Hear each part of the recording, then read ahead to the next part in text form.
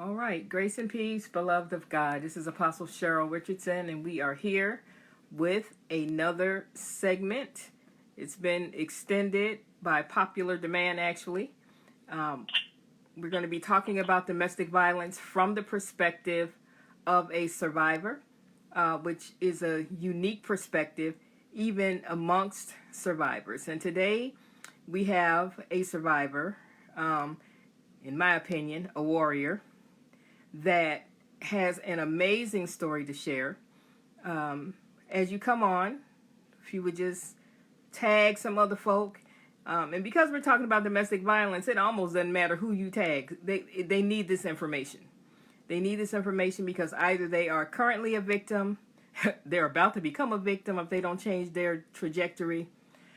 They know someone who is a victim, or they have been a victim themselves in the past. And so this is all information that is pertinent to every single body, regardless of gender, regardless of race, regardless of religious community that you may identify with, regardless of socioeconomic status, and all that good stuff.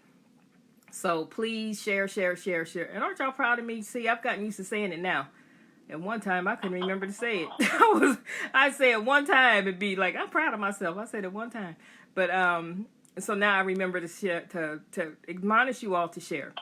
And I can't wait for you to hear about the journey of this. Wow. I mean, you have to hear this. You have to hear it. Listen with your heart. Listen with your mind. Take notes if you need to. And as always, I want to encourage you all to think about, as she shares her story, think about the red flags that you can identify as she's sharing.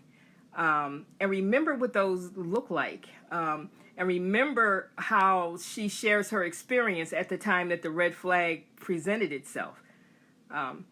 One huge struggle that we have as humans is that we tend to dismiss things and discount things, and we override our own gut instinct. And normally it doesn't work out well. And so I just want you all to listen for those things. Listen for the solutions. Listen for the opportunities to take a different road. And just think about what she's sharing.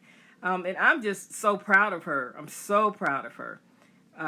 And I'm going to tell you in a couple of minutes briefly what I know about her, and then I'm going to let her share her story. But I'm going to need for you all to, because this ability to share and bring people on is here sometimes it's not. I'm not seeing it today. And so I'm going to need for you all, when you come on, once she begins talking, give us some hearts and thumbs up so that we know that you can hear, because I don't want you to miss anything that she's sharing with us today. All right? I want you all to share. Okay. All right. So today we're going to be speaking with Natasha. I'm going to just call her Natasha for right now. She can give y'all her last name. Okay. I'm going to just call her Natasha for now.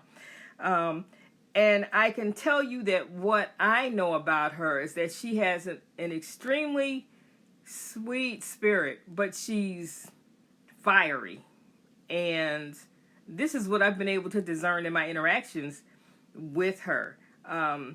She had aspired to be a ballerina. Just think about what that means. She aspired to be a ballerina. This is not something that, all little girls decide that they actually want to pursue and that they actually want to be it. But I want you to hear her story and hear what her aspirations were.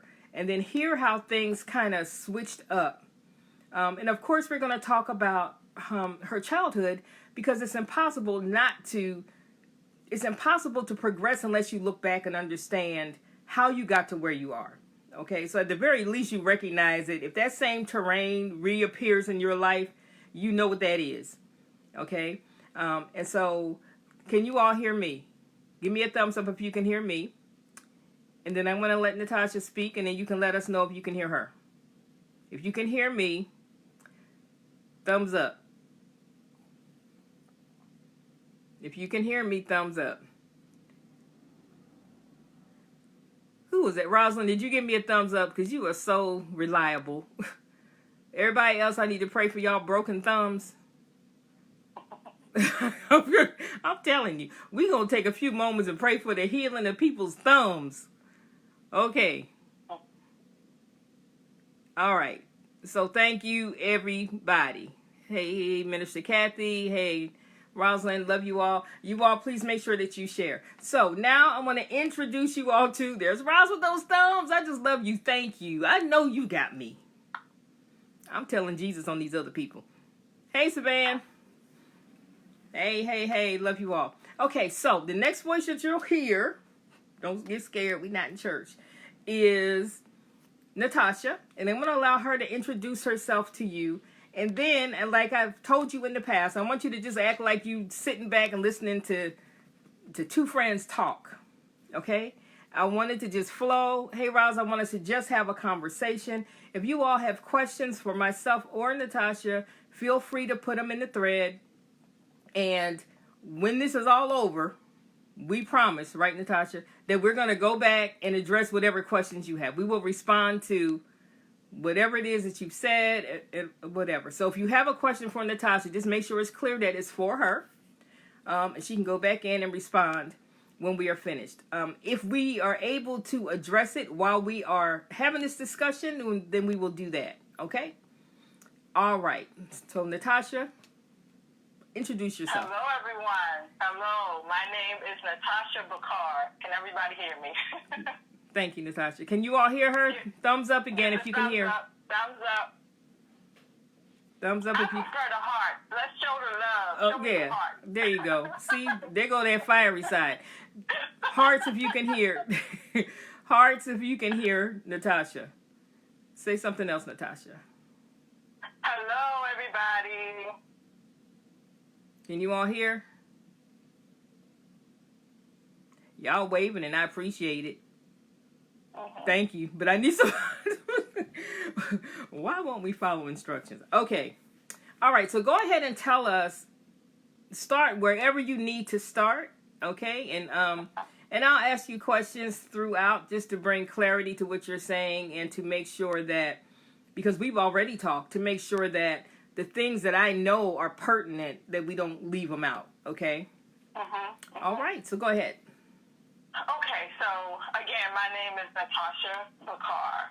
I am the author of a book that will be published in April, and I'm saying that because a lot of my journey to recovery is in this book. It's called Living in Crazy Peace, The Stepping Stones to Emotional Healing and Wholeness.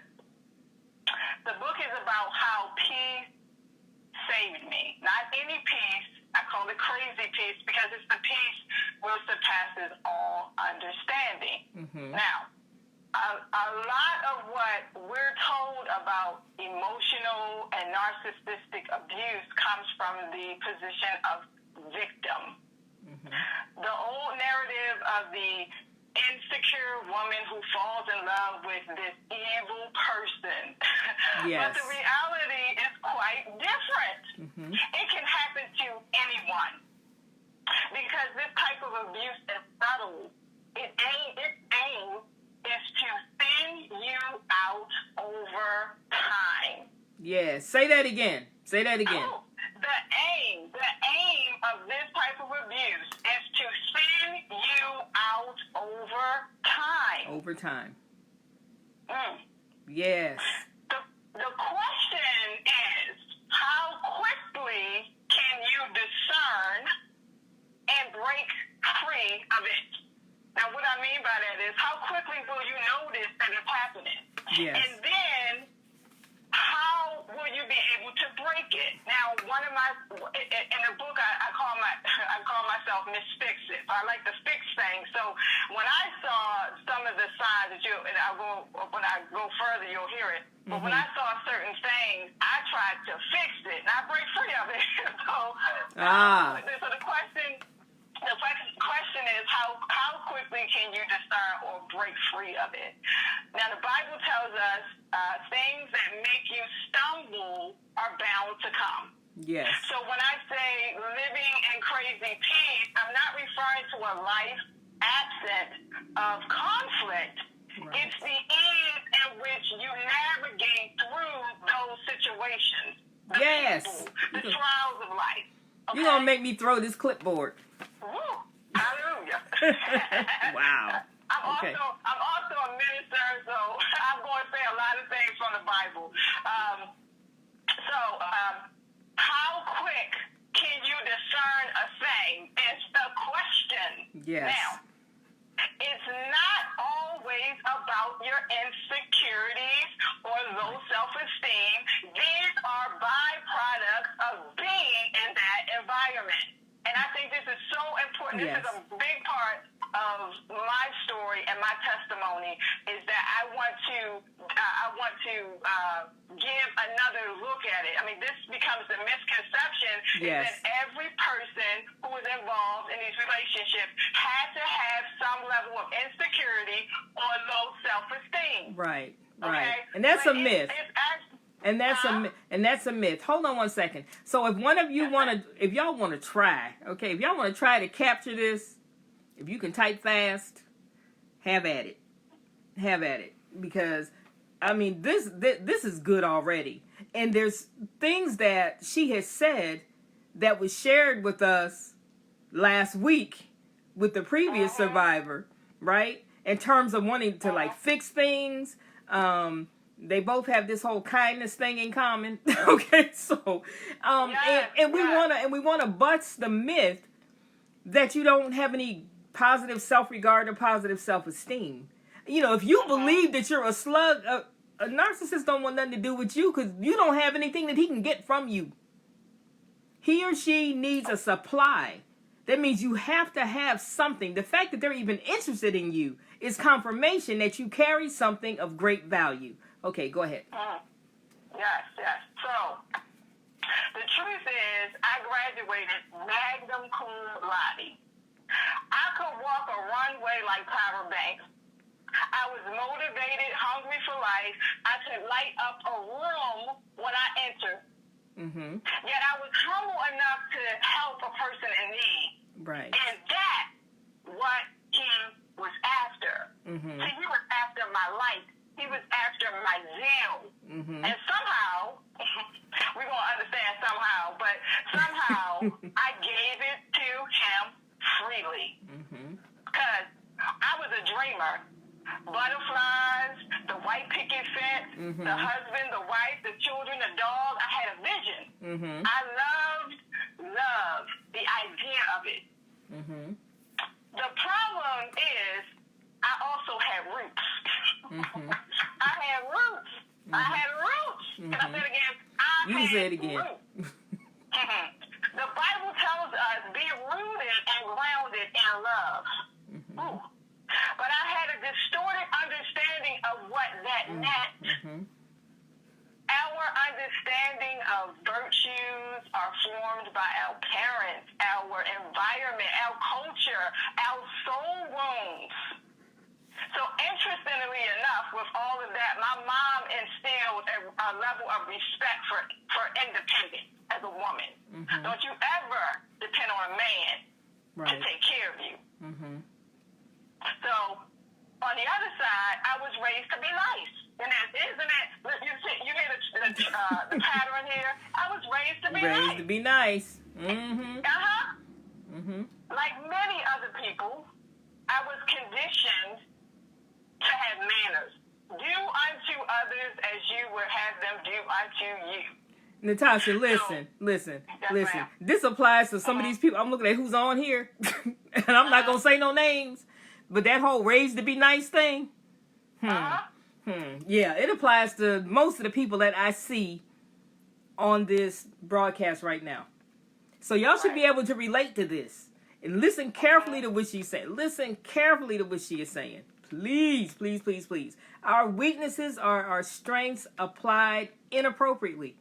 That's something the Lord told me about 12, 13 years ago. And when I really grasped that thing, I'm talking about it liberated me. You hear me? I'm fully delivered from people and foolishness and shenanigans. I can smell a shenanigan before it commences. All right? And so listen to what she's saying. Listen to what she's saying. The things that get us ensnared in anything that is unhealthy for us and anything that threatens our purpose is something we think we're doing the right thing. we believe at the time that we are walking in this virtue that we value. We are walking in our core values, whether it is be nice, do unto others as you would have them do unto you, be independent, whatever it is, we are loyal to that because it's been put in us by our families, by our parents, by our culture, by our faith, okay? And those things are the things, the fact that we hold so tightly to them are the things that the enemy uses against us. Against us. He'll take that thing and flip it on you. He'll take that thing and flip it on you, okay? And then we think God told us to do a thing when God didn't tell us to do that thing, okay? So, all you nice people on here, you know who you are. Okay, Natasha, go ahead. So, growing up, I had a little sister. Mm-hmm. I always say my little sister, God bless her heart. God bless her heart. Ooh, Father. I can relate. Now, although my mother instilled that be nice, be kind, you to your sister, you want to do that, she didn't quite understand that concept. Mm-hmm. So more often than not, I had to compensate for her if she would find her way into my collection of jewelry and somehow stash them away in the bottom of her handbag, where I would discover them broken into pieces. Oh, I would run to my mother with tears, brokenhearted and angry, where my mother would say, "Stop fighting with your little sister." Mm-hmm. My mother didn't care what the fight was about or who started the fight. The details never mattered, only that the fight was resolved or both of us was punished. So, I learned to override my emotions or my need to address a conflict. I learned to twist into shapes that I didn't like, that didn't look like me. Right. That quote comes from my book. I learned to twist into shapes that didn't look like me to keep the peace. Now, eventually, my sister would mature and learn how to respect my boundaries, and I would grow wiser and learn to put my things in a safe place. So if it was something I didn't want my sister to get into, I would hide it or special put it place somewhere else. Yeah, but I had no idea that this application did not work for snakes. See? Ooh. So. If I disappear from the screen, it's because I ran around the room. I'll be back. Okay, go ahead. Woo! See, what my mother was trying to do was instill to us the concept of forgiving each other and loving each other. Right. But see, that concept does not work on snakes. See, their goal is to have you chase your tail until you get tired of engaging in a conflict and they win. It's never about sorting out the issue, talking, coming to an agreement. That's never their goal. No, peace is never the goal. No. Never. There is no peace with Jezebel. No. There is no peace. So, for the most part, most of the men I dated, so now I'm going forward. So, for the most part, most of the men I dated didn't like my zeal. Now, I am 45, so around the 90s is when I started dating. So they didn't like the fact that I was such an overachiever. Go out, get yours. I really wasn't. I could have a relationship, but my goal was like to become something because my mother instilled it. Do not rely on a man. Right. So I was too busy. I was too busy for them. Now, please note. This is a conversation I had with my ex earlier in our relationship. That all the men that I dated would say I was too busy. Okay? Now, when I say busy, it was going to school. I was going to school to be a nurse, and I was majoring. I had a double major, dance and nursing. I was also modeling. So I was just chasing dreams, you know? Right. So all the guys would end up just saying, okay, this is too much for me. Until I Now, I was the overachiever, and he was a workaholic. So, on the surface, this was a match made in heaven. While I was going out pursuing whatever I wanted to pursue, he was at work doing whatever he wanted to do, and we would meet up after. Okay? Now, the first sign, check. I call them checks. So, check one. Check one. A couple of weeks after we started dating, there was a snowstorm. There was a snowstorm that was coming. And everybody, you know what everybody do. They think, oh, let's go get everything from the market. And, you know, we might get stuck in the house for a couple of days. Well, we was not living together. I lived in the city, and he was more in, like, the county part. Okay. But I had a roommate because I was still in college. So I had a roommate, and I was the only one with a vehicle at the time. So my niceness, my conscience could not leave her, like abandon her, because he wanted me to come stay with him. So I said, okay. Now, this was before cell phones, so I couldn't just call him back and say, hey, I'm ready to do something first. It was before that time. Right. So I go take my roommate to the local Walmart, where she can get whatever food and anything she wanted to entertain herself while she was stuck in this apartment, and I go live a vida loca with him. Well, so you thought. Okay. Yes. So I go and do that, which should have been a 20-minute ride to his house. End up me showing up about an hour and a half later after, you know, I did what I had to do for her. And when I show up, his reaction was, I can't believe, where have you been? Now, mind you, we had not been together more than a month at this time. Okay. Where have you been? You mean to tell me this is supposed to be 20 minutes? It took you this long? You had me worried. What happened? Right. You was at what? I mean, he went off. And I just stood there and I looked at him and I said, wow, this man really cares. I said, wow, he was really concerned about where I was and what happened. I mean, it was a snowstorm. Maybe I was in a ditch. And he was told, maybe you was in a ditch, maybe this. Like, I didn't know what was going on. All kinds of love being demonstrated. Wow. Right. If y'all can relate, hit the thumbs up. Here, if you can relate, hit the thumbs up. Because at first, that's exactly what it feels like. Oh, he really cares about me. And he's just so upset because that's just a measure of his concern and his care. Okay. Go ahead. So now, but I didn't know the importance of intent. Intent. Why did you care? See, because people that like to control the situation, when they get frantic on the inside, nervous on the inside, it may not be because of you. It's because they didn't have control over their access to you. So for 2 hours, I couldn't call you. I couldn't lean on you. I couldn't pull out of you. Right. Because the normal reaction would have been, oh my gosh, are you okay? Right. And relief that you were okay. And relief. Exactly. Right.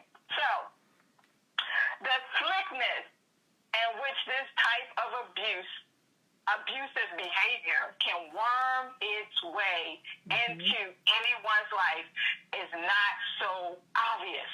No. It's not so obvious. That same control, intimidation, manipulative way manifests itself through the relationship with different faces at different times. Okay? He told me to stop working. So now we have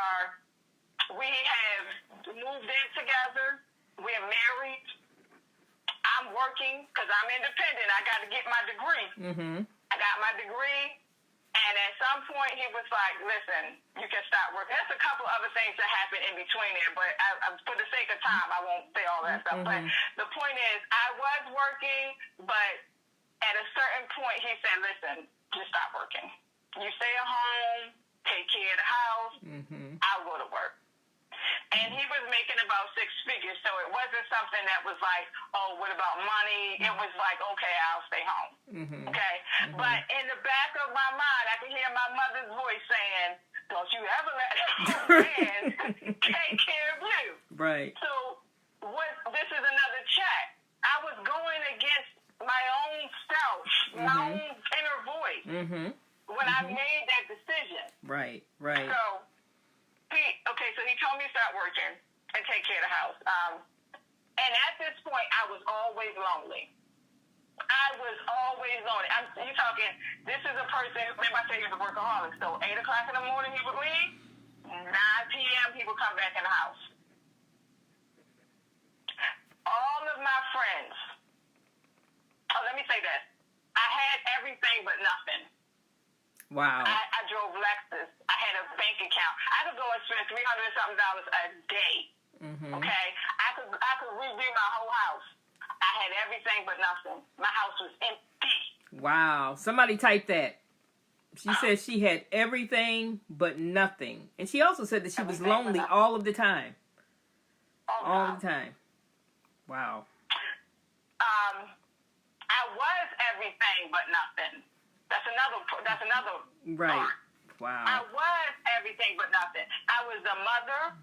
I was a maid. I was a wife. I was a friend. But none of that had value. Wow. Because what he did at the end, it was like I'll get into that a little later, but everything that I contributed to make this whole system work had no value in the end. Wow. So, all of my friends felt uncomfortable being in my house. I cannot imagine why. Why? Why were they uncomfortable? Yeah. Now, mind you, if he was not here, it was not a problem. I'm talking, they could come over at 12 noon and stay till about 9 o'clock. But as soon as he walked in that door, they were like, "Bye, Tosh." It was like a cold draft that would come into the house. He wasn't personable. He wasn't like, "Hey, how you doing?" It was nothing. It was so cold towards the people that was in the house. It made me uncomfortable because it was like he would walk in, put his stuff down, and just walk upstairs. It could be 10 people in the living room. He would just walk upstairs. And then when everybody left, he would talk to me. Wow. And I would go, "Well, why don't you talk to them?" I don't feel like talking about it. I've been at work all day. And that became the norm for me. So I would try to use those moments where he would come upstairs, go to the, to wind down in the bathroom, and I was sitting, this is how desperate I was for some kind of social life. I would sit on the bathroom, like right on the tub, while he was on the bowl, and I'd be like, "Oh my gosh, you know what? I was looking at this today, I was looking at this," and he would go, "I really don't feel like hearing this." That's what your friends are for. But mind you, most of my friends, at a certain point, it was like, "I can't deal with this." So I'm going to be trying to pour out information, give some kind of attention at this point. And he was just like, "I don't want to hear it." Or he would get up in the middle of a sentence and walk outside, and then walk out the bathroom and go downstairs and cook and make himself something to eat or get a snack and turn the TV on while I'm talking. Like I was invisible. Wow. So, now. I'm still stuck on you sitting on the side of the tub. I'm just like, oh yeah. What? Okay, so that is a perfect example of how when you're in this situation, you find yourself forcing yourself to morph into someone that's not even you. And so you adjust. The only way that you can stay in an unhealthy environment is to adapt to it. And even if you don't go all in, there's some adaptation taking place, or you wouldn't be able to do it. You wouldn't be able to do it. And what makes it abusive is it's the complete opposite of who you are. It's the complete opposite of who you want to be. It's not how you envisioned your life. And, you find yourself going out of your way to be someone that you are not. And you don't even like who this person is you're trying to be. You don't even like the fact, what am I doing in the bathroom with this man trying to have a conversation? You know what I'm saying? It's like, And so those are the kinds of things that you can look at. And for those of you who may still be in a situation, look at how you're conducting your day-to-day life. How much are you navigating? How much are you doing without? How much are you not saying just so that you can stay in the presence of the thing that really was sent to kill you? That's just a rhetorical question. Go ahead. I'm just trying to get that visual out of my head right now. You in the bathroom with him. Go ahead. All right, so I'm gonna go through a couple more checks along the way. Mm-hmm. So there was a Christmas party. Now, at this point, just like that bathroom moment, the Christmas party was like, wow, I could, again, you're trying to justify. You're like, okay, Yes. You've been at work all day. He was a salesman, so he talked a lot. I can understand that he didn't want to talk anymore. You know what I'm saying? So, okay, now we got a Christmas party. He won't be at work all day. I get to spend time with him. Mm-hmm. So I really look forward to this, like, as the date we hadn't had in a very long time. So I got dressed up, and, Mm-hmm. I put on my supermodel look. I got my hair, my makeup, everything was done. Mm-hmm. And we get to this Christmas party, and the way it was set up is that the general manager of the business that he worked for was standing in the hallway right beside his wife, and everybody who worked, or I guess had an award for that ceremony, they all lined up to greet him. It was like he was the president, they all lined up. So there was this huge line formation of people who wanted to say hello to him. And so my husband was standing beside me. He's like, oh, there, let's go meet him. And he was one of the number one in there, so it's not like people knew who he was. Right. So we're standing in line. We're about 10 couples back, and the president sees me out of the corner of his eye, and he does one of those like, you did over. He goes, wait, who is that? Who is that? He steps out from his position. He walks all the way around the line, and he says, he takes me by my hand, and he said, Mr. Bachar. Oh, sorry, yeah, well, you know my last name. He said, Mr. Bachar, your wife is the most beautiful woman I've ever seen in person. Okay. And he took the back of my hand, and he kissed the back of my hand, and he shook his hand. He said, you're a lucky man. And he walked back to the front of the line. Now everybody around us is like, wow, like they all looking at him like, you the man. And I'm looking at him like I really represented for him. Like I'm all of y'all lacking discernment at that moment. Okay, go ahead. I said, what? Ooh. So we get through the line, and so we go back to where the tables are and everybody's celebrating, and he has this look on his face of sheer disappointment. And I said, what's wrong with you? He was like, so what am I, a donkey's, you know what? I said, huh? He said, that's why I took your pictures down in my office, because everybody, ooh, where's your wife? She's so beautiful. What about me? What about him indeed? So, what about me? I said, here we go, justifying. I said, okay. Well, we're in the United States. He's not from the United States. I said, in the United States, most men do not tell another man that they're nice looking or, right. They will compliment their wife. And, I said, maybe that was a cultural thing. And he was so upset that whole night was done from that moment. Right. That whole night was done from that moment. So that was another one. Then we had another check.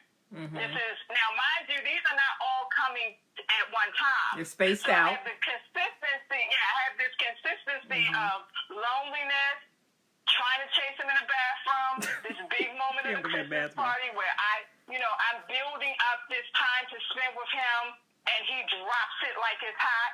He's just like, just drop. And see, this is where they start to chisel at that self-esteem. Right. Bam. Okay. So now I'm pregnant. I had my first child with him, and I was pregnant with the second one. Okay. I go to pick him up from the daycare center. And at this time, I was kind of aware that Al's first son was showing signs of autism. So I was a little worried. And, being worried, and I'm 7 months pregnant, is not a good look. You know what I'm saying? It's not really healthy. But I was a little concerned. And if anybody knows autism, one of the earliest signs of autism is that when you call the child by his name, they don't respond. So I go to the daycare, I open up the door, and my son goes running out. Now, mind you, he is at work, because that's what he do. That's really his first love. Right. I found that out later, but that was his first love. So my son runs down the hallway towards the door that goes out into the parking lot. And I kept screaming his name. He did not respond. And I go running after him, 7 months pregnant, and I twist my ankle and I fall to the ground. So the building they call it for a code red. They call it an ambulance. They get, the teachers run and get my son, and they put him into the classroom, and they called my husband. And they told him what was happening. He gets there. He walks past me, laying on the floor, iced up. He walks past me. He goes to our son, and he says, "Is he all right?" And he said, "Yeah, don't worry about him. We got him. Go take care of your wife." So he stands there. Standoffish, not like, "Are you okay? Is the baby okay?" None of that. So the ambulance said, "Well, we can take her and the ambulance. You can be." He said, "No, don't worry about it. I'll take her." We go out to the parking lot. I'm like following him, but I'm limping at this point. He opens up the car door from the other side. Like, I'm far from it, but he opens up. He does not assist me at all. He is showing no feelings, no emotions, or anything. It's as if he's upset that he is having to stop work to take care of me. It was an inconvenience. It was an inconvenience. And, it was an inconvenience. That's what it was. Exactly. Wow. So we get to the doctors, the emergency room, and they tell me everything I'm supposed to do. And at some point, he was like, I was in the middle of a deal, and this deal would have got me, the numbers that I needed, and I got to stop and come and deal with this. I said, wow. So when I finally felt it to the fullness at that moment in our marriage is when I went to get the brace on my foot. Okay. The guy is saying, it's like, I'm waiting in a waiting room. Now, he wasn't with me at this time, so this is a whole nother doctor's appointment. I'm waiting in a waiting room, in the actual office, the doctor's office. And as soon as the doctor came in, he said, "Are you okay?" And the tears just poured down my eyes. Because, mind you, I'm still by myself. Right. I'm 7 months pregnant. He's at work. I know my foot I got a bone that's broke, and I got to get this boot on me, but right. I poured the tear, I couldn't even control it. It just rolled down my face. It was like I felt the fullness of that loneliness, the fullness of not being covered. Right. In an emergent situation, also, in a situation that was beyond the everyday, I'd kind of just like for us to bond, or I'd kind of just like for us to talk and spend time together, increase the way we communicate with one another, improve upon that. This is an emergency type situation, and he was annoyed as though you did this on purpose just to inconvenience him. Yep. It's interesting when you're talking about someone with an abusive personality, they are the center of the universe as far as they are concerned. And your hair could be on fire. Why is it on fire now? I'm in the middle of a meeting. You did this on purpose. No matter what happens, it has to be, because what else could you possibly be thinking about? It has to be that you set this up purposefully to inconvenience them or to embarrass them or whatever. Okay, now let me just go back to, what man takes his wife's pictures down because she's beautiful? Like, who does that? Who does that? Tired of hearing people compliment you as opposed to understanding that just means that you had good taste. But wanting to be the center of attention.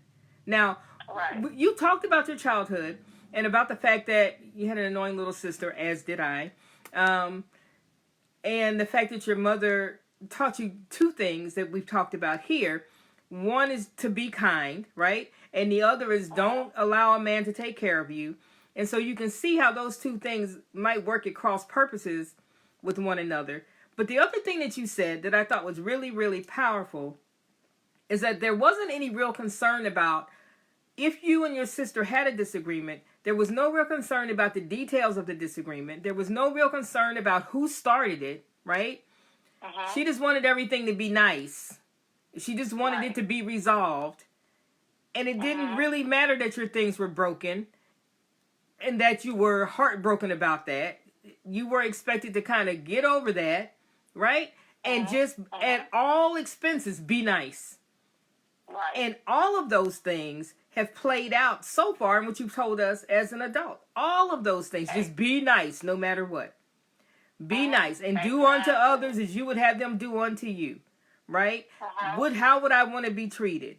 Being excessively patient, being excessively kind. All of these things are things that when we first learn them don't feel like they could be weaponized against us. But that's exactly what the enemy does. He will take those things. And I want everybody that's on here, think about the things that you are determined that you will always do and the things that you are determined you will never do. And then ask yourself how the enemy of your soul can use that same determination against you.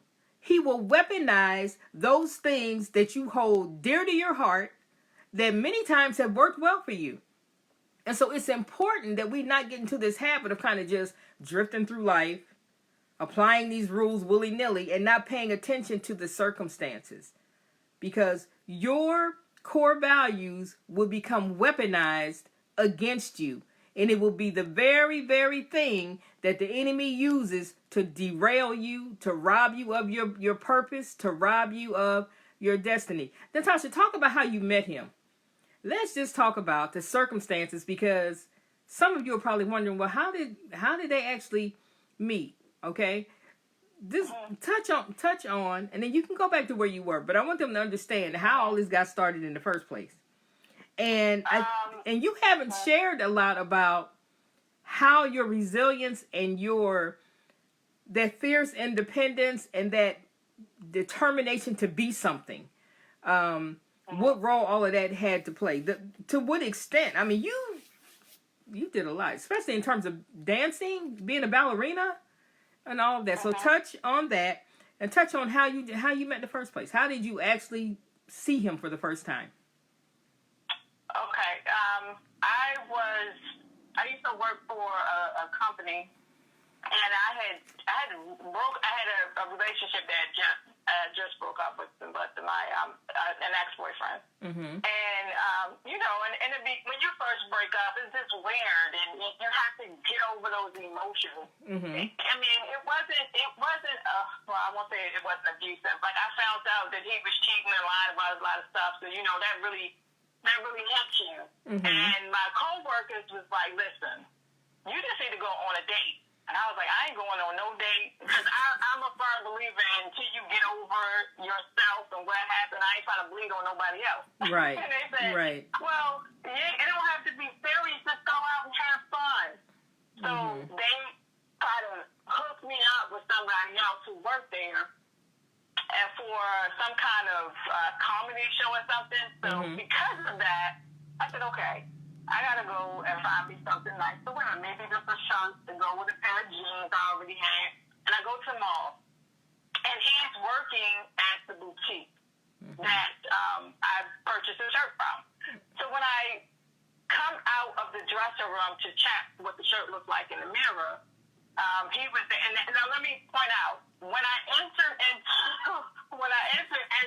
the mall, because back then in my old way, my old self, I didn't go out the house unless I looked like a supermodel, because that's something that I was pursuing. So I always had this idea and somebody going to see me and discover you, right? Right. So I'm walking in the mall. I got about 3 guys. Hey, shorty, how you doing? How you doing? Can I get your number? Can I get your? And I'm just like, oh, whatever, right? So he comes out. So I come out and he says, wow, that looks really nice on you. And he sees this keychain that I had one of the modeling pictures on. And he said, what, are you a model? And I said, yeah. And he said, oh, wow. And in that moment, it was such an innocence and such a freshness about how he react to me being a model. It wasn't that, oh my God, like you know what I'm saying? It wasn't like I was this piece of, I don't want to say it like that. It wasn't like, can I have your number? It was in complete contrast to the gauntlet that you walked to get into the store in the first place. Right. It was just like, wow, you're so beautiful. It was like the kid in the candy store or a kid with a cookie. It was like, wow, that's so nice. And at some point, before I left, he asked me for my number. And I gave it to him, and I went about my business because, I was in that part of that transition where I really didn't want to date anybody until I got me together. And I came home to a roommate, and at this time I had a roommate. He was a male, and he said, "Who is this person that keeps calling you?" And I said, "What?" This was like a week after. She said, "He has called you every day. Every time I come home and check the messages, like 5 messages from him. Call him back." And I called him back, and we talked. Oh, I should say, I talked, and he listened. He listened. He doesn't speak too much English, because, again, he was coming from a different country. But, we still had the conversation, and then we met up, I think, the next night, and from that day on, we were together every day. Every day. Y'all hear that? He wasn't working, he was about... Every day, together every day. The love bombing commences. Okay, go ahead. Okay, so I think is that all you wanted to do? Yeah, I just wanted them to understand that you were coming out. Something always prepares you for this. You've got to be prepped and primed to override those initial reservations that you may have. Right. Okay. Right. So I'm coming out of this relationship. Of deceit because I found that he was cheating, and here's someone who wants to be with me every time he's not working. Like, so there was a level of commitment and loyalty that he showed me early in the relationship. Right. If he wasn't working, he was with me. If I wasn't I would literally take all my books to study at his house. And it was every day. I didn't feel like there was any other woman around. It was just me. Me. And that's going to be another thing. Take a note of that, because later on it's going to be a different story. Right. But so we went over. Let me see. I had to write stuff down in the outline so I wouldn't miss anything. But so we went over the Christmas party and the broken foot. But it was something else I wanted to know. Remember the first reaction that he had when I was late, when the snowstorm. It was the same reaction that he had being disturbed at his work. And that's something I wanted to know. It wasn't that, it was really about the intent and what the desire of his time was, or his heart was, that caused the reaction. Right. It had nothing to do with me. It was just what he was focused on at that time. He's the center of the universe. That's why. So another one I wanted to bring up was the ironing of the T-shirts. The ironing of the T-shirts. Well, his mom came to stay with us at one time. I think this was right about the time I had the first baby. His mom came to stay with us, and she ironed 5 of his T-shirts. Like, she spent, her time. She would cook and stuff, and I had just had a baby, so I want to know that I just had a baby. So I was resting a lot, nursing, and she would iron his T-shirts. And he said to me, "Oh, it's so nice to get up with an iron T-shirt." Why he tell me, the overachiever, that it's nice to get up with iron T-shirts, right? So I said, I'm gonna start ironing his T-shirts so I can have that reaction, right? Right. From that I can give him. So I started about to iron this t-shirt. I would iron about 3. He'd go, okay. Mm-hmm. And then over time, the 3 that I would iron wasn't the 3 that he wanted to wear. So he would go pick another one. Oh, I wanted to wear this one, and I got to iron it. So what I do, okay, now I'm gonna do 5. If it's 5 of them, maybe it'll be enough. And I remember it got to a point where I was trying to iron every shirt in the closet so I would not have to walk on them eggshells in the morning when he got up and said the shirt that he wanted to wear was ironed. Wow. And when I tell you, if it was 100 shirts and I ironed 99, that one would be the one that he wanted to wear. Mm-hmm. That I did not touch. And you can see now. You can see now, I'm sure, that he was just determined not to be okay with what you had done. You know, he needed to be in a position where he was critiquing you, really, and gaslighting you, you know, just causing you to feel inadequate. You know, it's like, I've done all of this, but it wasn't the right thing. It wasn't enough. That's a fantastic example of gaslighting. Because I don't like to iron. I don't like to iron. Y'all hear me? I don't like to iron. So I don't know how that would have played out. But anyway, go ahead.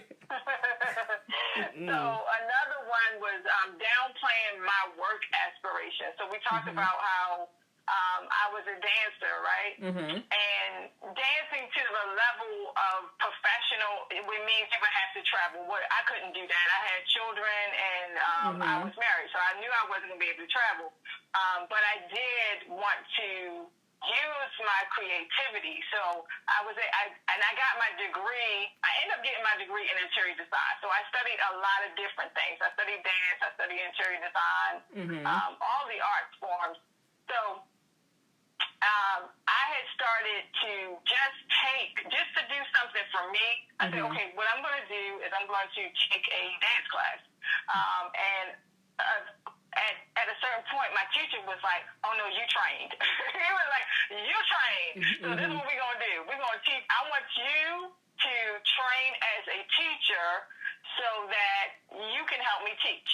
Mm-hmm. I said, okay. So I get into this now, and those times when those desperate conversations, I'm sitting on the end of the tub, and I'm saying, guess what? My teacher chose me to train so that I can be a part of his, the teaching, and I can be this great dance teacher and start doing it myself, right? Mm-hmm. Mm-hmm. Well, lo and behold. And he said, a certain amount of weeks, he says, and mind you, like, let's say my classes were on Thursday at 5 p.m. Mm-hmm.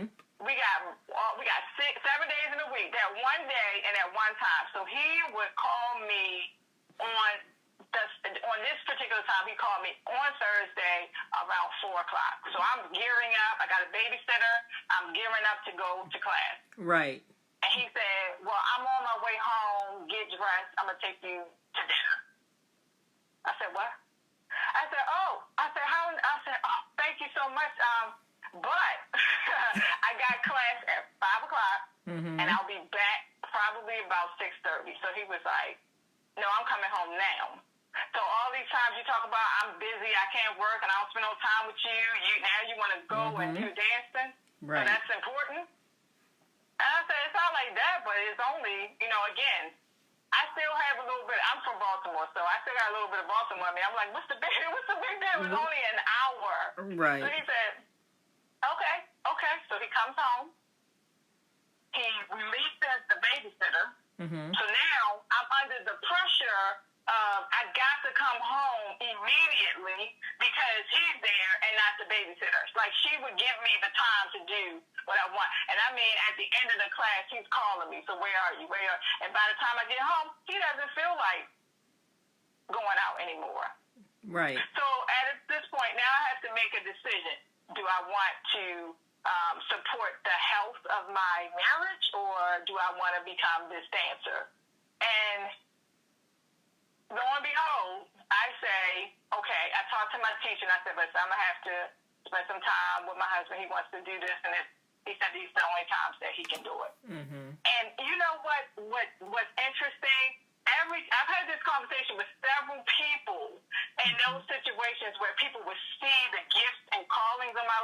And I would come back to them with this, and they would go, don't do that. You got something real here. Like, you could be a really good dancer and really do something great, but like, don't give this up like that. Right. And so anyway, I would put the dancing to the side. He would go out the next time, so it was only one date after that, and he went right back to work. Just enough to break your to momentum. pull me out, break my cycle. Interrupt your momentum. Yep. So now the people who have invested in me, they're kind of like, well, I don't really want to invest in her because as soon as her husband come along and say she can't do this no more, then I'm putting like, why invest in me? Right. And so then the isolation, and so that's another form that the isolation can take. When you talked about his demeanor when he would come home and there might be 9 or 10 people in the living room and he would not even acknowledge them, right? Isolation. That's an isolation tactic. If you make the people that are supportive uncomfortable enough, they'll back off. And you know what? They should. They should, because it's unhealthy. Okay? And so they'll back off, and that increases the isolation. It really, really does. Building you up and having you to expect something that he knows is really, really important to you. This is how abusers think. They may give it to you one time, grudgingly, but the objective is to bring you down just as quickly as they built you up. Okay? And so now they've damaged you all over again, emotionally. And that's how this works. I don't even know how many checks you have talked about. A whole lot of checks. There's been so many checks. So many checks. That putting aside that thing that you aspire to do, not fully utilizing the gift that God has given you, is certainly if it's something that not everybody can do. Okay? Not everyone can say, I could be an amazing ballerina. I mean, you're the only person I know that could even say that. You know what I'm saying? And so when they start going after your dreams and aspirations, and when they start isolating you from people who care about you, causing them to be uncomfortable, so it becomes now your support system's decision to pull back. They can absolve themselves of all responsibility, even though they caused it. Because people are deciding, this is just too much, this is just too uncomfortable. Why is he, why is he acting like that? You know what I mean?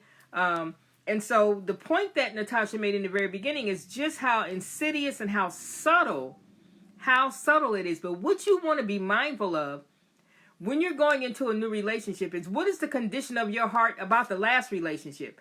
No matter if the breakup happened yesterday or if it happened 10 years ago, are you truly healed from that thing?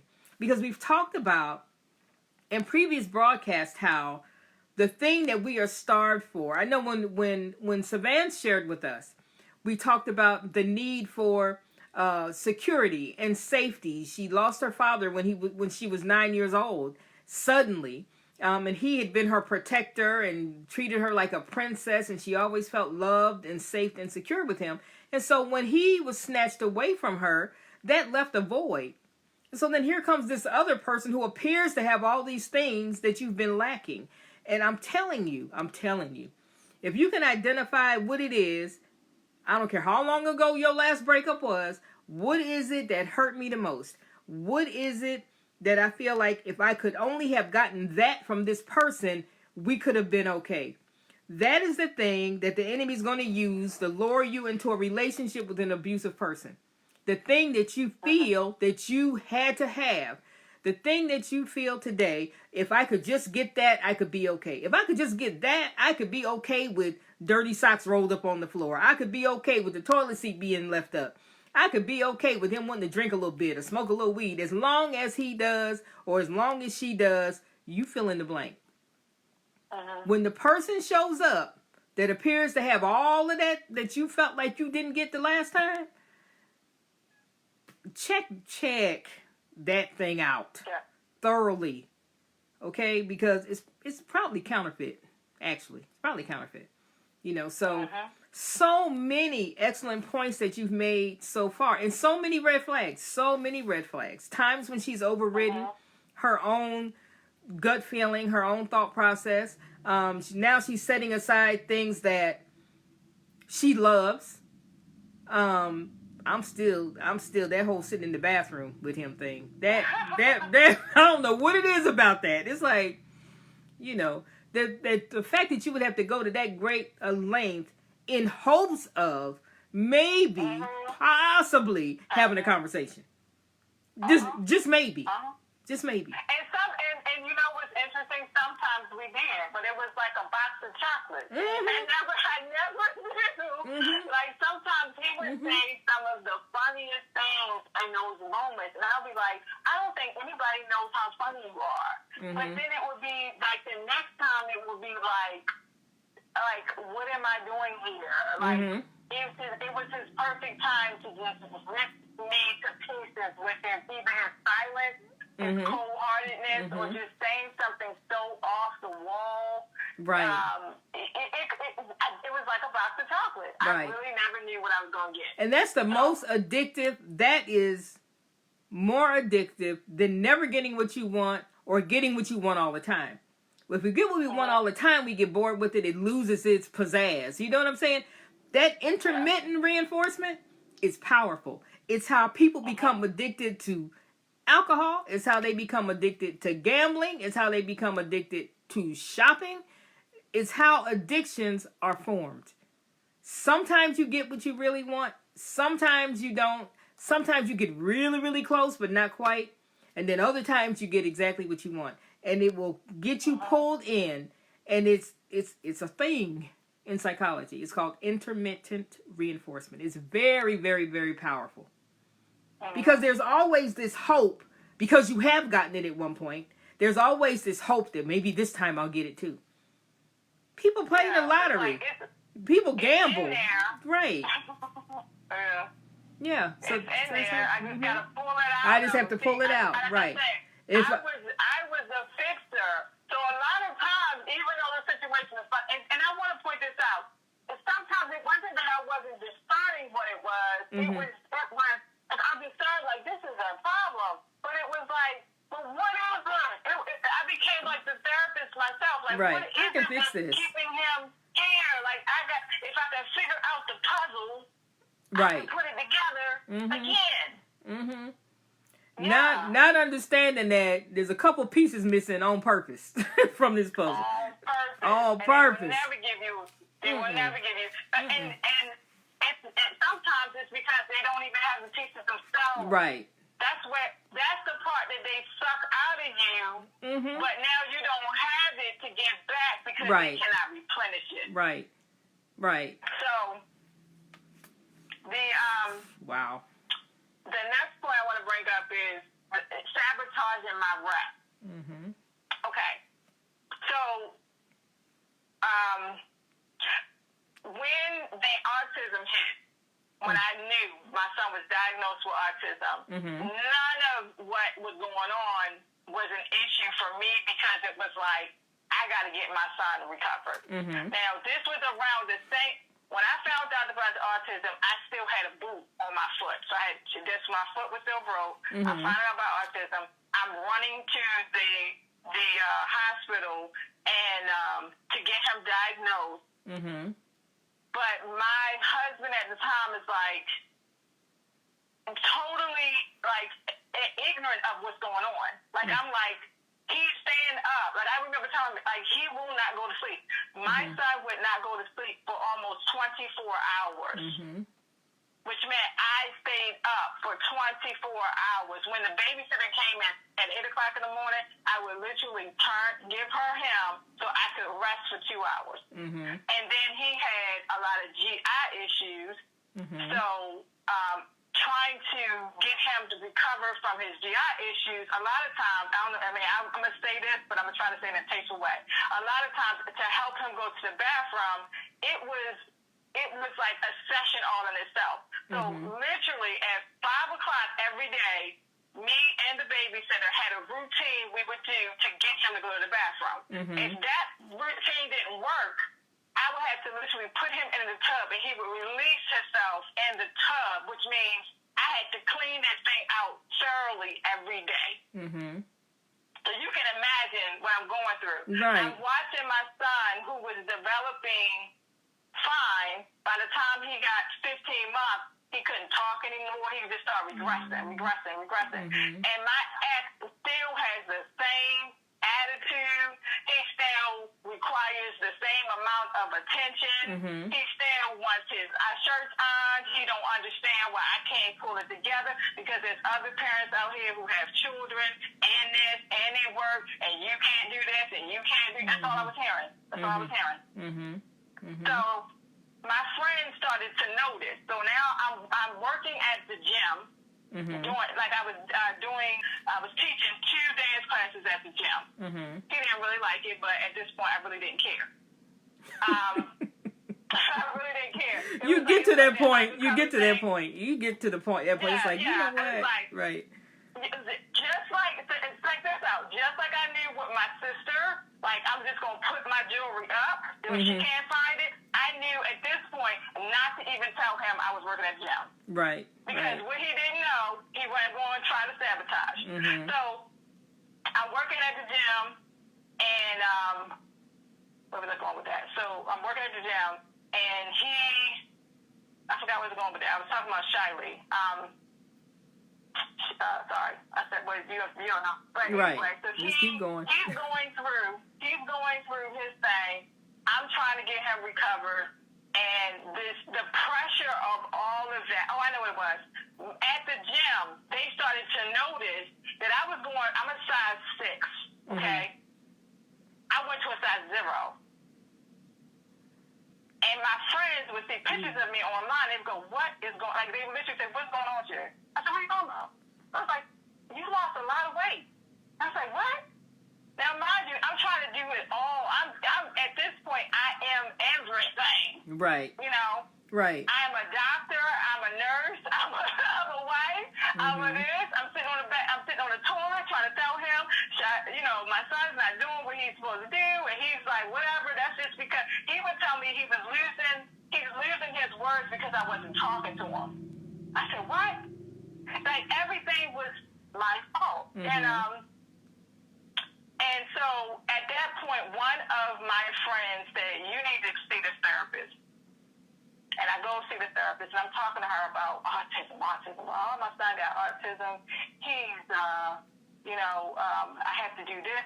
It's almost 30 hours of therapy. It's this and that. She said, your problem is not autism. Now, mind you, let me point this out. The whole time I am in here with the therapist, my phone is ringing. Mm-hmm. It would ring, I would pick it up, and then I would put it back.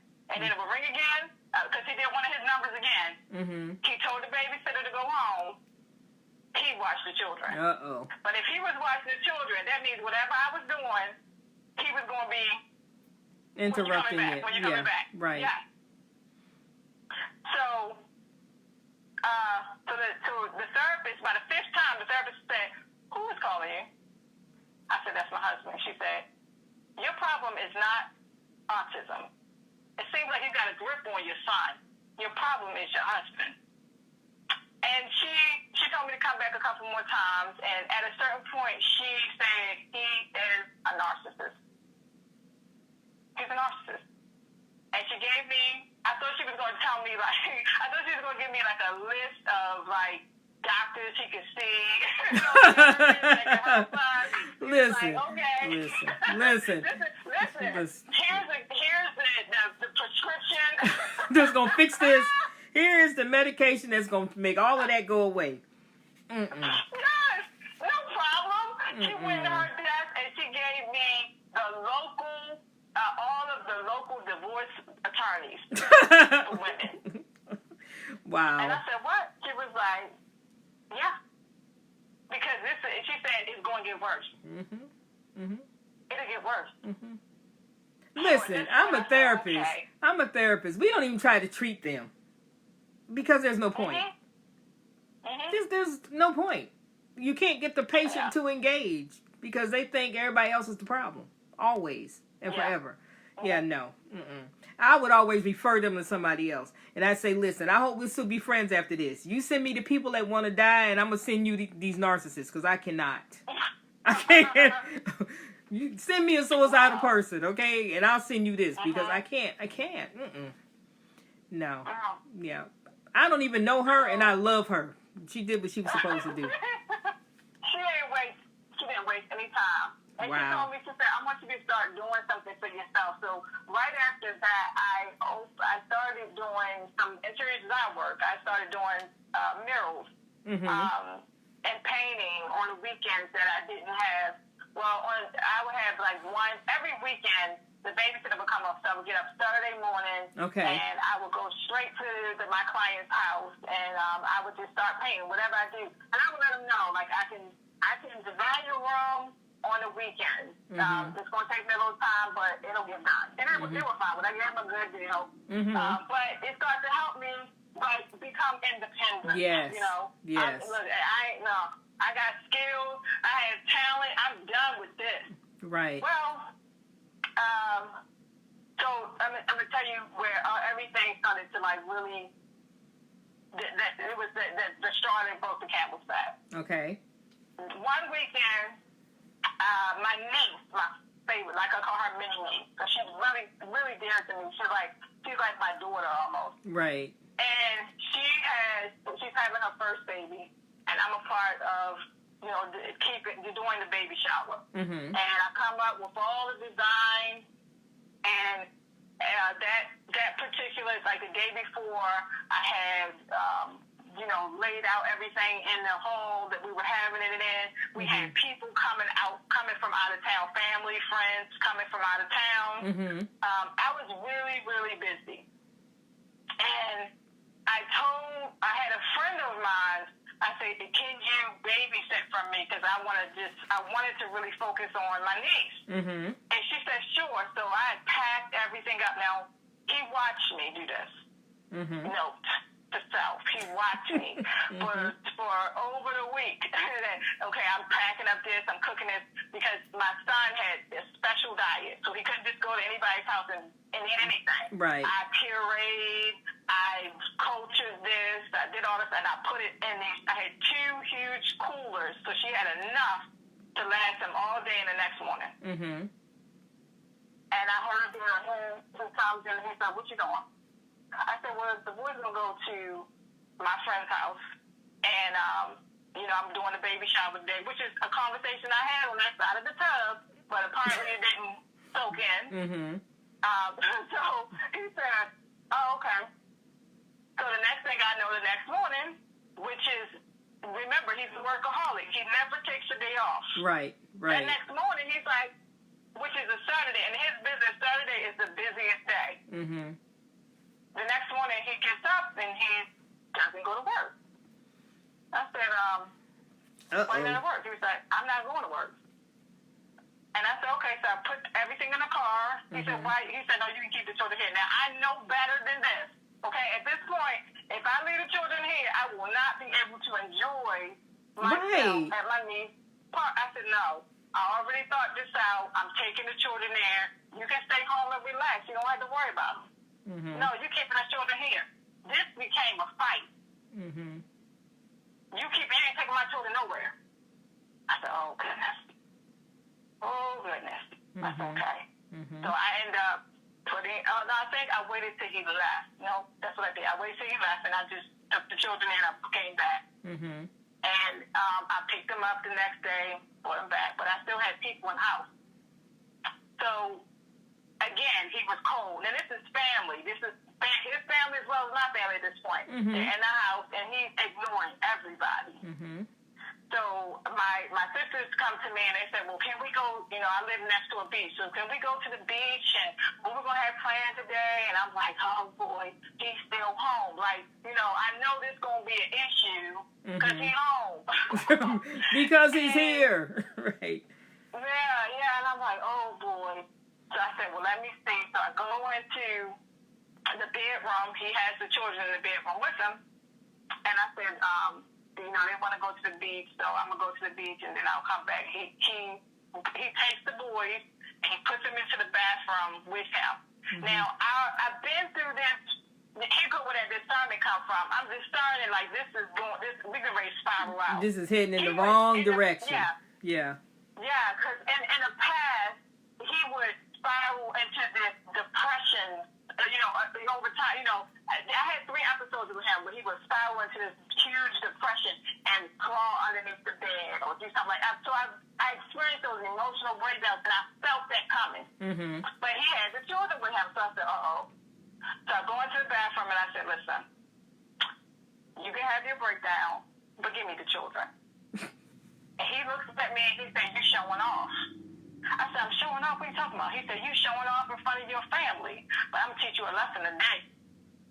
And I said, listen, right now is not the time. I understand you're going through something, but just give me the children. Mm-hmm. Now, at this point, my children were 3 and 5. Mm-hmm. And he put them in the shower with him. Okay, so he is, you can imagine what this looks like. Right. He put them in the shower with him. And he opens up the door, and he said, pack your bags and get the blank out. So he's got your children in the bathroom with him, in the shower. Mm-hmm. In the shower. And telling you to get out. And you already know he's not stable mentally because he's demonstrated some bad behaviors previously. And so for a parent now, it's one thing for you to be a fixer, right? And you kind of adapt and morph into whoever you need to be in that moment to offset his mood. But now the children are not only observing this, they are players in it because he has put them right in the middle of it in an attempt to maintain control over you. Yeah. And this is not unusual for those of you who are listening, for those of you who will watch the replay. At some point, it comes down to this. At some point, I don't care how good of a parent you think that person is, how much you might think they love their children. Okay? A person who loves their children won't mistreat the other parent. Okay? It's just, they won't. They will not. And when you're dealing with someone with a narcissistic tendency, an abusive nature, there is no safe territory. There is no person that they won't use to further their cause, especially if they're beginning to feel like they're losing control of the victim. Okay, so now you've been battered emotionally. You've been dealing with this foolishness all this time, and now your children could very well be in real danger. Yeah. And you don't have a long time to decide what to do next. You don't have that kind of time when things escalate to this place. Okay, so I just wanted to point that out. And anyone who's been in an abusive situation, who has had children, if you stay long enough, they will. They're being impacted anyway. But they absolutely will become physically entangled in the foolishness. That will happen. I can guarantee it. So he's in the bathroom, in the shower, okay, and telling you to pack your bags and get the bleepity bleep out. Right. So I tell him, I'm not going nowhere without my children. Okay, then Baltimore showed up. Oh, what I call it, Cardi B. Right. Cardi B. Baltimore showed up. And she's like, wait, hold up. I'm not going nowhere without my children. So he comes to my boys. One who has autism. Remember I told you the struggle and the fight that I'm going through with him. Right. And my youngest son, he says, your mother don't love you. She too bad. Did y'all hear that? Did y'all hear that? That's a horrible thing to tell a child. Right? They looked them in their eyes and told them that. And something in me snapped. And I banged on, because he closed the shower door at that point. I banged on that door till he opened it back up. And I was banging so hard. You know how you go off and you just, you call it the cat fight. I'm just fighting, and I end up hitting him when he opened up the door. So he said, oh, you going to jail today? You going to jail today? He got out the shower. He called the police. And he told them to arrest me. And I found, when the police came, he went outside. Now, he is of a light complexion, so he had to go outside to show him the red mark that he got on his arm. Mm-hmm. Now, again, he was in the shower, so it's not like, and I'm a woman. Like, it's not like whatever I was doing wouldn't hurt him to that degree. It doesn't matter. You're not supposed to put hands on people anyway. But I was looking out for my children, and that's where my head was. So Right. At that point, the police comes back upstairs to the bedroom, and they said, "Ma'am, you have to come with me." And I dropped to the floor. And as I say in my book, that day I died. Right there in that spot, I died. Wow. I was so numb to him, to life, to anything. I couldn't believe that me, the woman who will take a canned good of food and put it back on the shelf that I got it from. That you got it from, right? Store, right. The woman of integrity was now being put in the back seat of a police car, handcuffed in front of my children, in front of your children, in front of a house full of my family who came here only to celebrate another family member's thing. But he was going to teach me a lesson. He was going to teach me a lesson in respect on that day, and I was going to learn it. Let me say something. So, and this is important to know, and this is why it's important to try not to ignore the checks, try not to ignore the red flags, because the sooner you exit, the better. And the reason I say that is this. What the abuser will do is, first of all, they're abusing you over time. That's one of the first things Natasha said. It's very subtle, and it's over time. Typically, they're not in a great big hurry.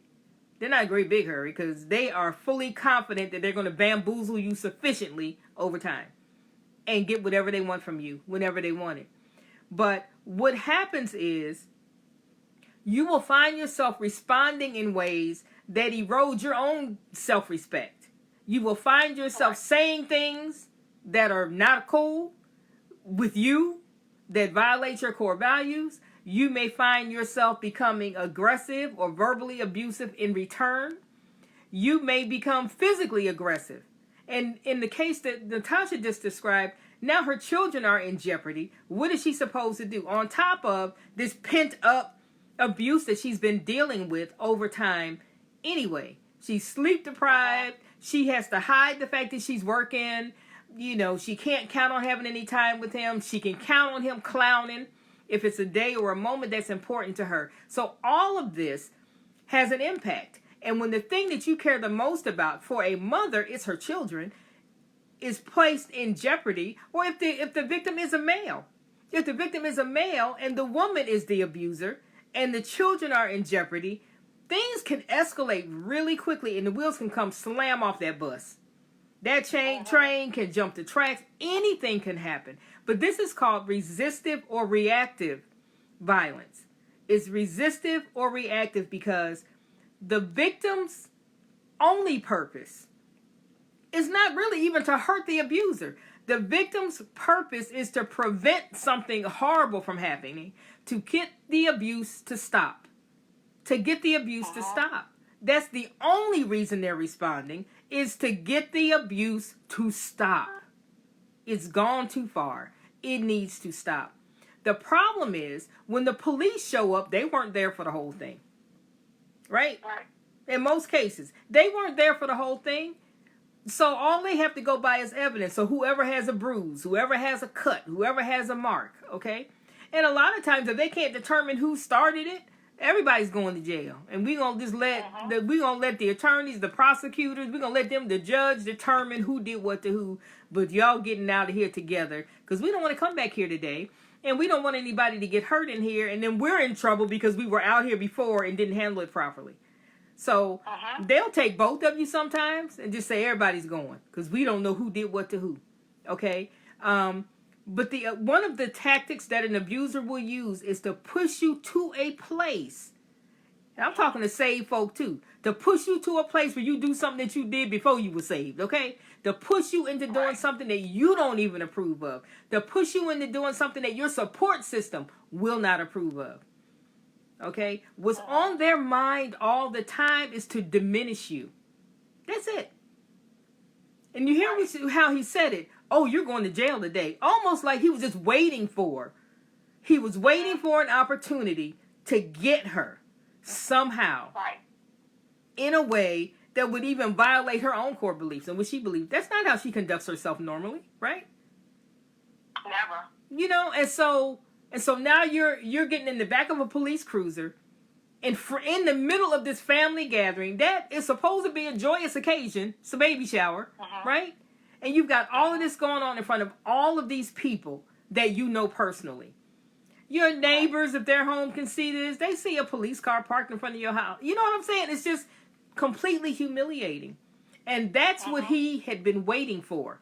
And I'm telling you, that is what most abusers are waiting for. They want to get you to a place where you do something that is so egregious that your support system can't even support it. That nobody understands it. That people become judgmental. And that is maximum isolation at that point. Now you got people avoiding you because they don't want to be involved or whatever. So go ahead. I already had that. I already had that going on. Hoo-wee. But I want to point out something that was what my family started coming to my house. So that was the next level. They was like, this is too much drama. This is too much, right? But I want to point out something. When I fell to the ground, in my room, and I screamed. I don't even know how loud I screamed. Mm-hmm. But I screamed to whatever degree I could. Like, you know how you screaming to the point where you can't even control it anymore? Right, I screamed like that, and I kept saying, what about my children? I kept telling the police officer, what about my children? Mm-hmm. What about my children? Like, if I leave, what about them? Right. And he was still downstairs because, you know, the officers tend to pull you apart. Right. He came back upstairs, and he said, never mind, I take it back. Don't arrest her. And by that time, it was too late. Right. It was too late. Well, they have to do something at this point. You know, it's like, okay. Yeah, they have to do something. So, the officer was the male officer, and this was like the second time that three people came out. It was another incident. But the male officer that came out, he looked at my ex-husband and he said, sir, he got right into his face, like almost nose to nose, when he was towering over him. He said, sir, did your wife hurt you, sir? And he said, I got to teach her a lesson, sir. He said, that's not what I asked you. I'm asking you, did she hurt you, sir? Because I'm tired. Like, he went off. He said, I am tired of this type of abuse. This is abuse, ma'am. This is abuse. Why would you have your wife, the mother of your children, arrested in front of your children, sir? And he told me, when you come back, pack all your stuff up and leave. This man is a nut. That's what the police officer told you. God was placing people. That sure was God. That was God for real. Yes. Listen. So although I was being cruised off in the back of the police car, they wasn't treating me like the criminal. Right. They were telling me, ma'am, this is abuse. You may not have scars, you may not have that, but this is abuse. There's shelters out here. There's numbers. They gave me phone numbers. They didn't even put me in a cell. They kept me right. They put me in a chair. They processed whatever, and they let me go. And so when I came back, it was still the same thing. It was almost like now that he knew that the police thing worked. Right. Every time there was something coming up, it was like, I'm calling the police, right? To the point where the police said, if we come out here one more time, we're taking the children. Oh. So I said, okay. So we ended up going to court. And when I explained to the judge everything that was going on, the judge ordered him to leave the house for 90 days. Okay. He was like, your wife needs a break. She needs rest. She needs a break from and you. You're not giving it to her. They still hadn't looked at it as I don't know, maybe he did, but the point was, his focus was she needs rest. This is too much for anybody to handle, and you're not even saying it. So he ordered him to go 90 days. Mm-hmm. In that 90 days, he had to put a tracking system in my car. He started to get close to family members so that he could find out. So he was pretty much tracking everything I was doing. Mm-hmm. Mm-hmm. And at one point, I had told my niece she could take my car somewhere, and he basically told me I had went to some man's house and he was going to go over there and talk. I mean, it was to that point. Mm-hmm. I said I wasn't even driving the car, but he was tracking everything that I was doing. And that's stalking. That is stalking. And getting close to family members to elicit information from them is turning them into recruiting them to be flying monkeys. Okay? And this is all not uncommon behavior when you're talking about an abuser. Because, again, it's all about power and control. And so your niece had the car, and so he thought that was you with somebody else. And she went to see one of her boyfriends. Mm-hmm. So in court or in the divorce decree, he's saying that I'm seeing some guy named Tyrone, and I'm like, who's that? No, like he tried to put together his case off of tracking me, and a lot of times it wasn't even me. Right. Because I was so broken at the time. Right. That I wasn't going anywhere. I literally lived in my bed. Mm-hmm. That's how I was so depressed and down, and I told you I looked like I was on something because I lost so much weight. Good grief. So it wasn't about any of that. It was like I needed to sleep. I needed to recover. Or I wanted to sleep. I just wanted to sleep it all the way, like it never even happened. Mm-hmm. So what ended up happening is I got in touch with a domestic violence counselor. Mm-hmm. The courts referred me to it. They went to court with me. The advocate went to court with me. Mm-hmm. They saw some behaviors too that they warned me about. He at one court hearing, when the judge did not give the order in my favor, I really wanted to keep the children away from him. Mm-hmm. And of course, the courts don't look at it. They're like, well, he's the father. He needs to see his children. Yeah, we're working on that. What was interesting to me is that, remember, he worked all the time. Right. But now, all of a sudden, he had this extra time to spend with his children, so now he was asking the court that he could have the children every other weekend. Mm-hmm. And I'm like, how? He works. But he had enough time, so he got it. He got them. Okay. It wasn't important for him to spend time with me, but it was important for him to have the children. Okay. And why do you think, let me pose this question to the people that are watching, because I'm just curious to see what your responses are. You can type your response. Why do you think he suddenly had time to spend with the children when they went to court and didn't have any time for her or the children when they were all in the same house? So type your response. Keep going, Natasha. I just want to see if they can figure this out. Okay, so I'm not going to answer it until... Don't answer it. I want y'all to type while y'all think. Go ahead. So the domestic violence advocate, she kind of schooled me on it. You know, she told me what it was. I'm going to wait for them to answer it. Mm-hmm. But at a certain point, she gave me some good advice. She said, whatever it is that you need to ensure that the abuse stays at a minimum, make sure you include that in the divorce decree. Because I was able to get a protective order, but I wasn't, but she was like, that's going to expire, so put it in the divorce decree. Mm-hmm. So I was awarded the house, and instead of me saying he needs to give me alimony, I asked for the court to have him pay the house off. So he would pay the house off directly. So my alimony would go to the house, and whatever was left over would come to me in the month for the rest of the month. Okay. So I was able to cover all my expenses, focus on my children, and that's how I was going to take my assets from the house. I told him he could have everything else. Okay. IRA, 401k, I didn't want any of that. Just give me this. Mm-hmm.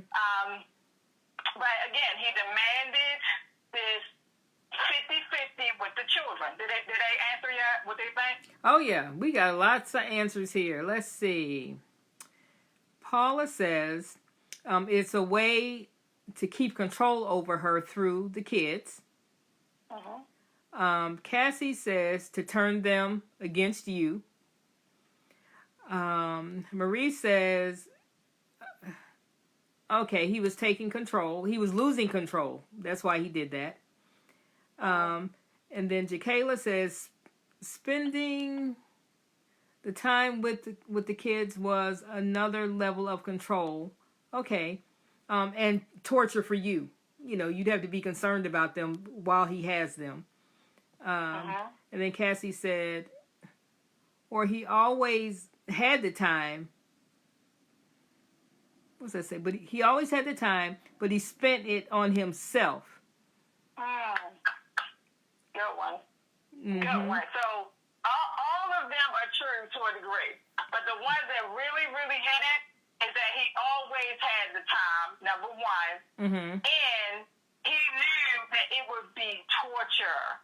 So the first day that I did not have my children, I cried that whole day. I didn't know where my children were. Remember, my child with a disability, he needed special care. So was he in a place that he could get out the house? He was a child that could literally walk out the house and you wouldn't even know it. And it could have been in the middle of the night. It could have been anytime. Was it secure? All of those things. But the most important part was, remember his first love, money. So what happens when he gets 50% is that he can now say, I don't need to pay her the full child support. Right. Oh, we have one more answer. Jackie said, showboat. He looks like the victim. That was another input. So go ahead. Yes, and that's another one. He would go around town to all the family and whatever, and everybody would say he's such a good dad. And again, it was one of those confusing moments to me because I'm like, he's such a good dad. Like he never stayed home with the children. Right. He never Right. All of a sudden, he's a good dad. And I can see. Like, wait a minute. I can see how that would be concerning. I can see how that would be concerning, especially with your son that's autistic.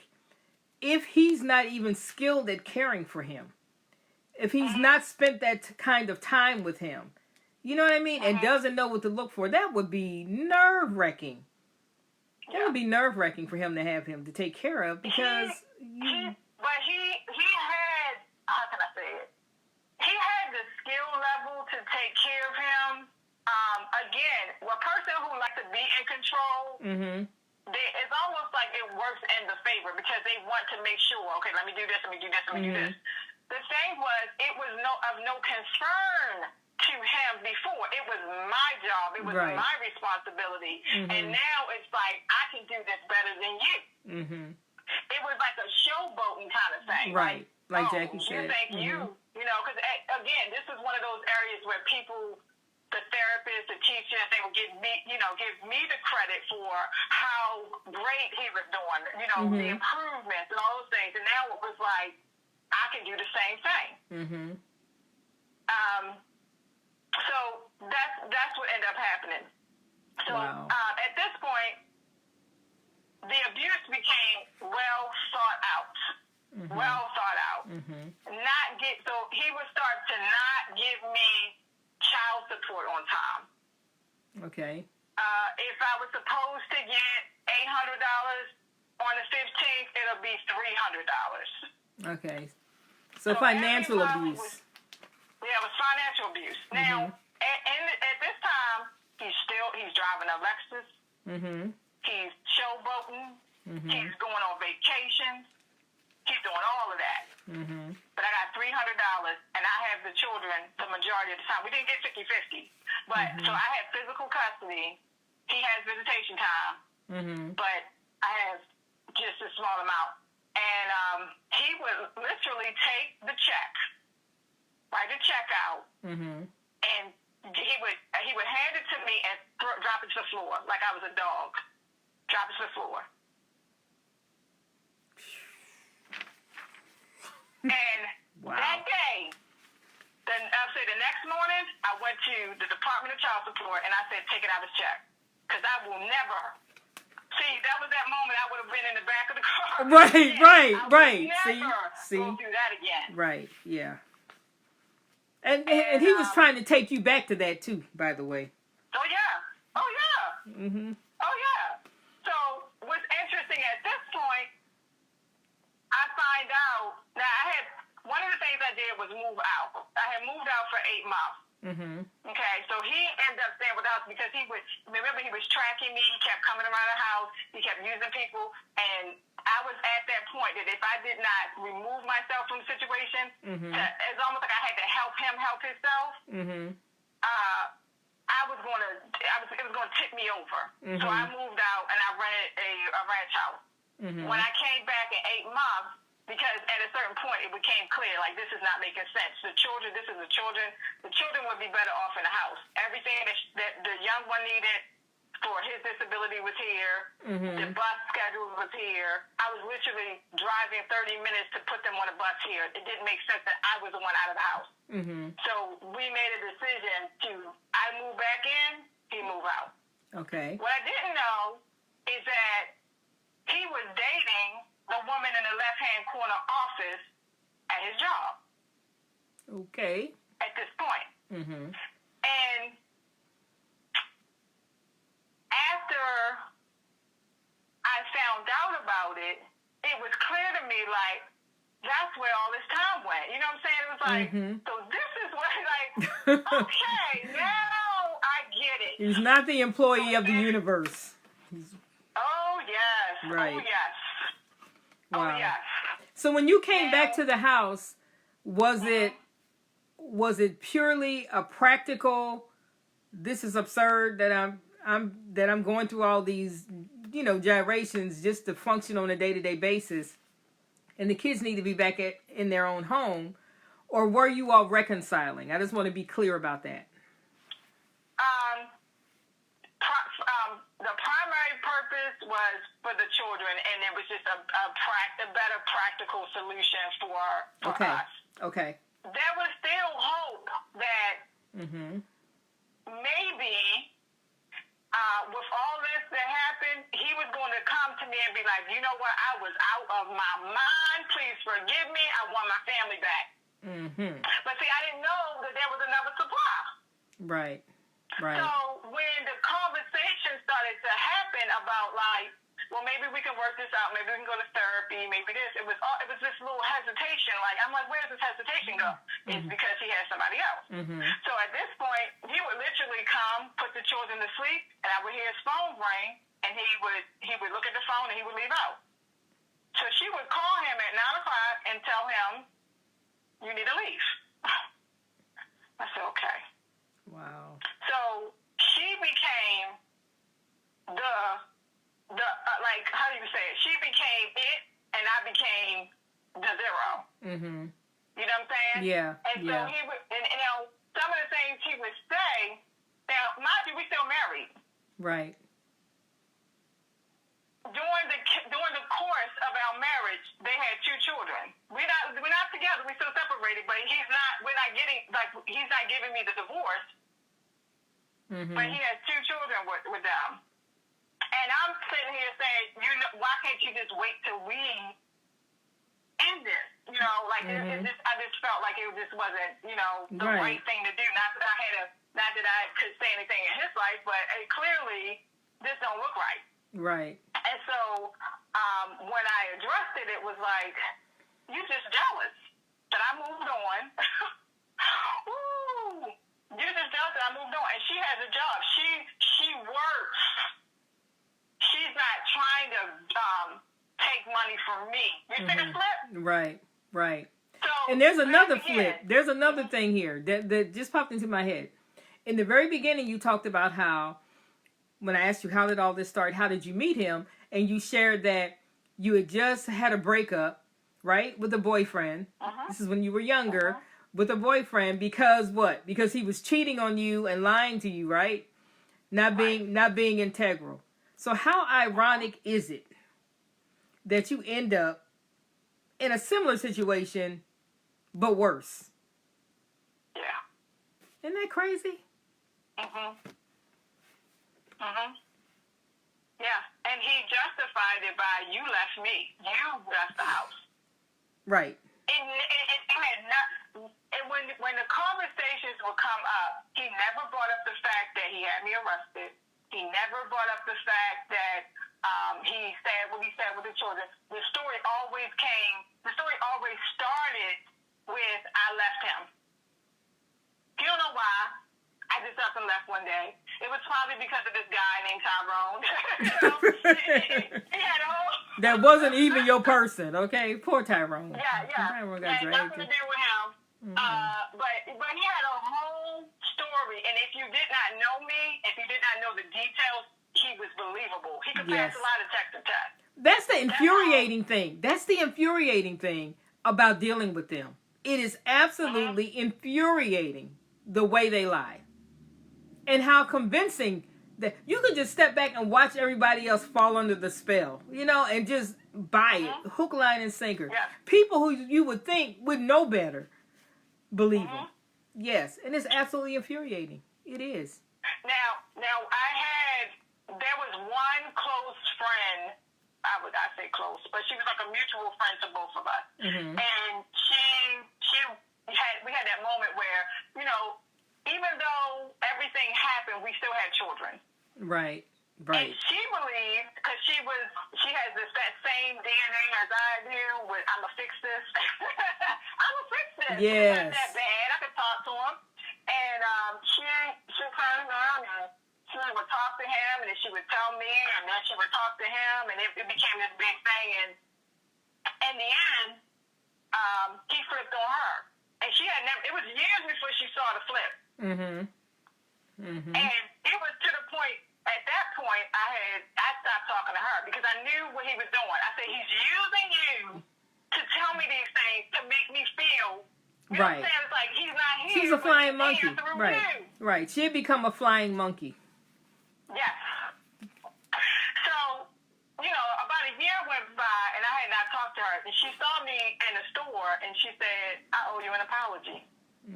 I said, but she said, please forgive me. She said, I feel like I lost a good friend. Like, when in that moment she seen him flip, she realized, she was like, I gave up a good friend for you, and she was right the whole time. Right. And so, when somebody becomes your friend again, they want to tell you the truth. Now she want to tell me the truth. And she told me that many times he would say to her, I control her. I control how much money she getting, where she going to get it, how she going to get it. I control her. He told her that. Y'all listening? Are y'all listening? This is why I tell you that once you exit, you may very well have to cut off everybody. The person that you played in the sandbox with, the church mother, whoever. Okay? My mother and my grandmother used to say, any dog that will bring a bone will carry one.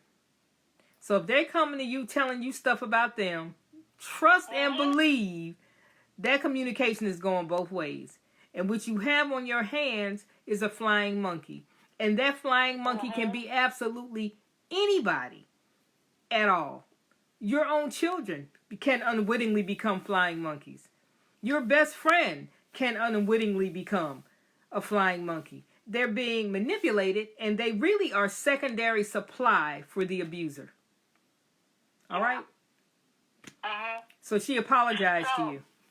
So she apologized to me. I still talk to her. She's in the same position where she's completely cut him off. But I talk to her from time to time, she'll check on me from time to time. So it's, we did the healing process between the two of us. But another thing I want to note, and I'm almost done, but one of the things I want to note is that with the divorce decree, with the protective order, I thought that, okay, I got everything that I need. If something happens, all I have to do is say I got a court order.